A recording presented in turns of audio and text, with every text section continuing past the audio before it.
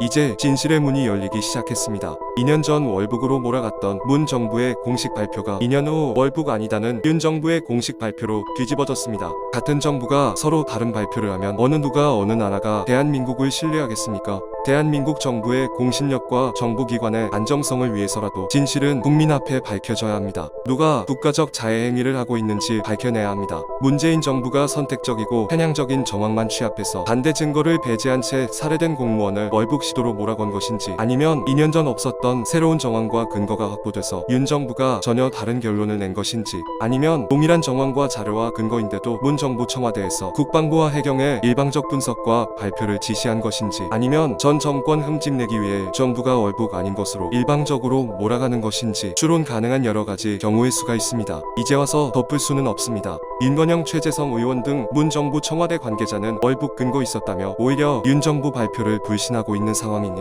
진실은 이제 덮을 수 없게 되었습니다. 우선 해경과 국방부는 이번에 월북 아닌 것으로 결론 내린 근거를 합리적으로 설명해야 합니다. 민주당도 대한민국 정부의 일관성과 신뢰성과 안정성을 위해 어느 정부가 거짓말을 하고 있는지 명명백백하게 실체적 진실을 밝히는데 적극 협조해야 합니다. 해경과 국방부의 자료를 포함해 진실의 퍼즐을 맞추는 데는 당시 청와대 안보실에 보고 내용과 지시사항과 관련 자료가 반드시 필요합니다. 편향된 자료만 취합한 건지, 의도적으로 자료를 조작한 건지, 일방적 발표를 지시한 건지, 아니면 합리적 분석에 근거해 정상적 절차와 지시가 이루어진 건지 밝혀져야 합니다. 진실이 외면되어서는 안 됩니다. 억울하다면 민주당이 나서서 국정조사에 응하거나, 아니면 공인되어 있는 대통령 기록물 열람이 가능하게 국회에 3분의 2 찬성해주면 됩니다. 지금은 감추는 자가 범인입니다. 자료 공개를 거부하는 자가 범인입니다. 민주당이 협조 안 하면 범인의 혐의를 인정하는 겁니다. 결국 유가족이 문 대통령과 안보실 관계자를 고소해서 형사 절차를 받고 수사상 필요에 의해 법에 따라 고등법원장이 대통령 기록물 열람을 승인하게 될 겁니다.